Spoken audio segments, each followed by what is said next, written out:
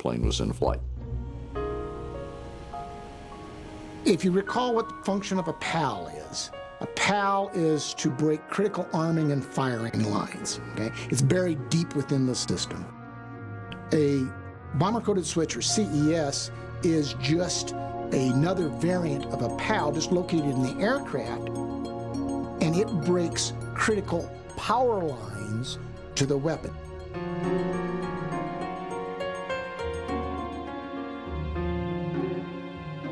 By 1970, bomber-coated switches were being fielded in SAC B-52s, and a new generation of permissive action links was evolving to meet the needs of NATO nuclear policy, as well as a changing threat environment. At a time when the Europeans were again questioning U.S. resolve, the Nixon administration considered ways to strengthen NATO's nuclear options. My view was that selective nuclear strikes would persuade the Soviet Union that the United States would not be deterred from using nuclear weapons against Soviet territory. The threat of their use would condition how the Warsaw Pact forces would have to fight conventionally in such a way as to give us a conventional advantage.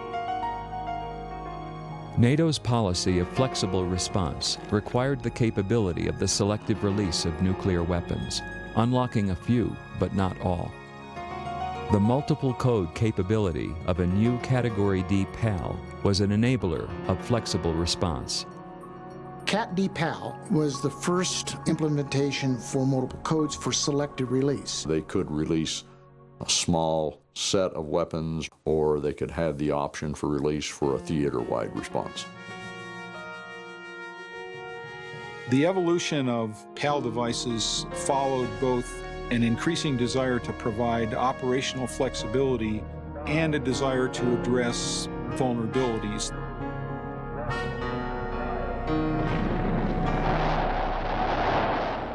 Now, if you think about denying use to personnel that are not supposed to have access, if they ever get access, it's a little bit different problem.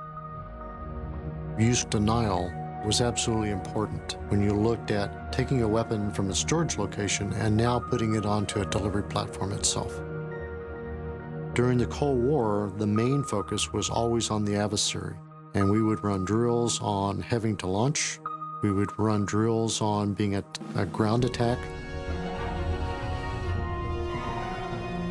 By the 1970s, U.S. nuclear weapons were a mainstay of European defense. Use control systems, part of the never of nuclear weapons, had evolved to assure against unauthorized release, but also had to address the question of enemy overrun. And the answer to that was what was called nonviolent disablement. Critical elements of the nuclear weapon are irreversibly damaged. Reconfigured in such a way that the weapon systems would not be functional without a major reconstruction effort. The function of PAL is to maintain control until custody can be regained. There's no guarantees, but they do provide protection and delays. From ABC headquarters just outside the Olympic Village in Munich, West Germany. The peace of what have been called the Serene Olympics was shattered just before dawn this morning, about 5 o'clock, when Arab terrorists went to the headquarters of the Israeli team and immediately killed one man. It was the first real armed terrorism event that caught public attention.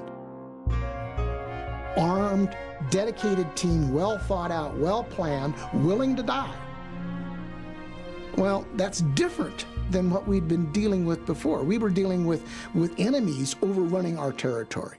The possibility that terrorists might attempt to steal a U.S. nuclear weapon or even occupy a weapon storage site grew in its importance. The scenario you had to protect against there is a terrorist that seizes a nuclear weapon and then has days, even weeks, to overcome the use control devices. Ways were looked at for making the disruption or disablement automatic an autonomously operating system that senses intrusions into the weapon and invoke disablement automatically.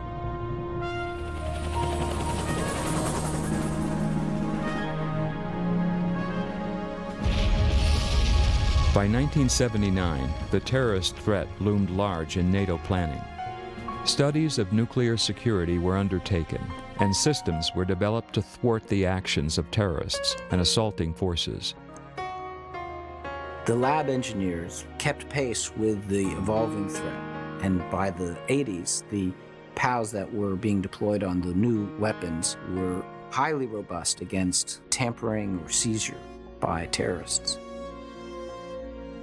So the PAL certainly gave us a longer delay time if someone got access to a weapon that shouldn't have access to it. But it also gave you much more comfort that unless people were using the right processes, the right procedures, and were fully authorized and were doing everything they were supposed to do, that the weapon was more secure.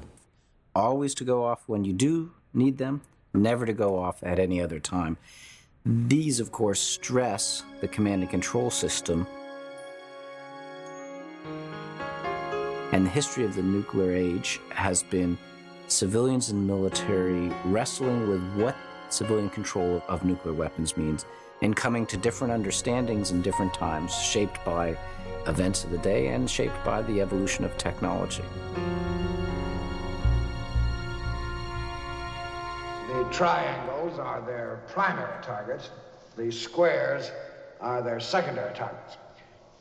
The aircraft will begin penetrating Russian radar cover within 25 minutes. General Turgidson, I find this very difficult to understand. I was under the impression that I was the only one in authority to order the use of nuclear weapons. That's right, sir. You are the only person authorized to do so. And although I hate to judge before all the facts are in, it's beginning to look like General Ripper exceeded his authority. Dr. Strangelove crystallized the always-never problem and the civil-military tension that underlay it. And the Strangelove scenario sketches a fanciful and absurd, really, way in which the military might go off the reservation. I want you to transmit Plan R for Robert, to the wing. Plan R for Robert. Is it that bad, sir? Looks like it's pretty hairy. Yes, sir. Plan R for Robert, sir. It was about a commander who had been authorized to use nuclear weapons under certain circumstances, believing that those circumstances had come about, took actions against the wishes of the American president and the American Secretary of Defense. That was not an entirely far-fetched. It was an unlikely event, but it was not an impossible event at all.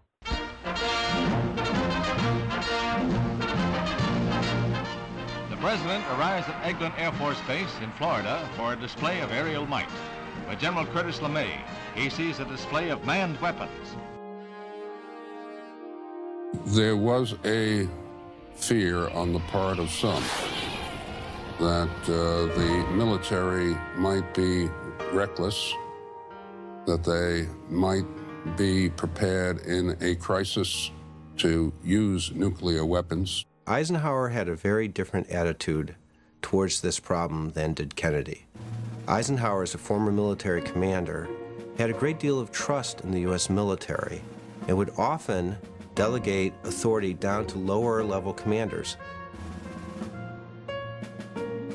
The Eisenhower policy of pre-delegation had led to a situation where the SAC commander could, because of a failure on the phone lines between Washington and Omaha, could authorize the use of nuclear weapons in an offensive manner against the Soviet Union, leading to a full-scale nuclear war. President Kennedy, unlike President Eisenhower, did not want that risk to remain. And the permissive action links were a way of establishing clear presidential control. In our academic world, we refer to that as the tension between positive control, do what you're told, and negative control, don't do it until we tell you. It is very hard to assure both sides of that dilemma, always and never, at the same time. And in fact, the command and control system at any given point in time and at any given period in the nuclear history has favored one side or the other. Perhaps no single commander and military organization embodied the always-never problem more than the enigmatic General Curtis LeMay and his vaunted Strategic Air Command. In 1958, LeMay listened with interest to Freddie Clay's RAND report on accidental or unauthorized use. Almost by accident, the then Vice Chairman of the Air Force, General Curtis LeMay, heard about the briefing, and he says, "I want to get the briefing. Should there be a nuclear accident in the United States that is blamed on our own forces, what would happen to his Air Force afterwards?" And so he was known as a hardliner, as a guy who wanted to have his bombs ready to retaliate massively, but he also knew that this kind of a risk had to be reduced or eliminated. General LeMay dramatized a different problem with the nuclear command and control system. What do you do if all of the civilian leaders are gone? You could design the command and control system so that in such a case, it would fail impotent. Or you could design the system that says, in that case, the military can retaliate with nuclear weapons regardless. And General LeMay argued for the latter system. And LeMay said, the pilot's an American, he'll know what to do.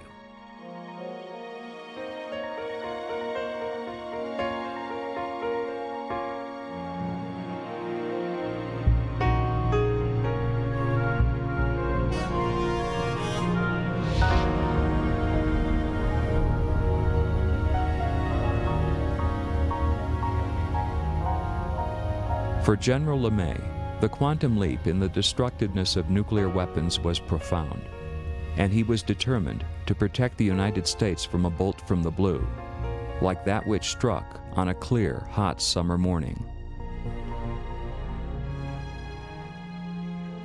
What some would call an absolute weapon focused the tension between military and civilian objectives, immediate availability versus deliberative decision-making about nuclear weapons.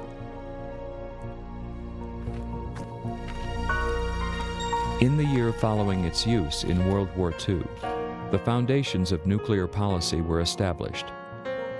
President Truman transferred authority for this uniquely destructive weapon from military to civilian hands, while reserving the ultimate decision for its use to the President. Even at the very beginning, many of the themes that operated during the Cold War and still operate as we consider what to do with nuclear weapons were present. The first and most important one was a recognition that nuclear weapons were different from other military tools. A uniquely destructive weapon that had to be handled in a very different way. The spirit of the arrangement at that time was to keep nuclear weapons under civilian control and separated, if you will, from the operational military commands that would ultimately use them if they were to be used. To assure that a wide range of views would be brought to bear on everything having to do with nuclear weapons. In which there was a division of responsibilities between those who were charged with designing, developing, producing, and manufacturing, and those who were charged with executing them in military operations. The Atomic Energy Act of 1946 created a civilian-led Atomic Energy Commission that would administer civilian and military uses of U.S. atomic power. The act also established clear civilian authority over the use of nuclear weapons vested in the President. And presidential authorization for use has continued to this day as the central feature of nuclear weapon command control. Over time, the balance between assertive presidential control and its delegation to the military varied with each administration. In 1987, President Reagan formalized nuclear command and control policy, assuring authorized use of nuclear weapons and assuring against unauthorized or inadvertent use. During the Cold War, it was our overriding concern that our forces be survivable to a first strike. In order to manage that risk, we had to accept other risks. You know, I mean, this business is all about risks. Doing that, you have to consider that the weapons should always be ready to maintain deterrence, but they should never be available for unauthorized use or never be subject to an accident. Political leaders need to think about where do they feel comfortable in this continuum between safety and reliability. And that's a delicate balance.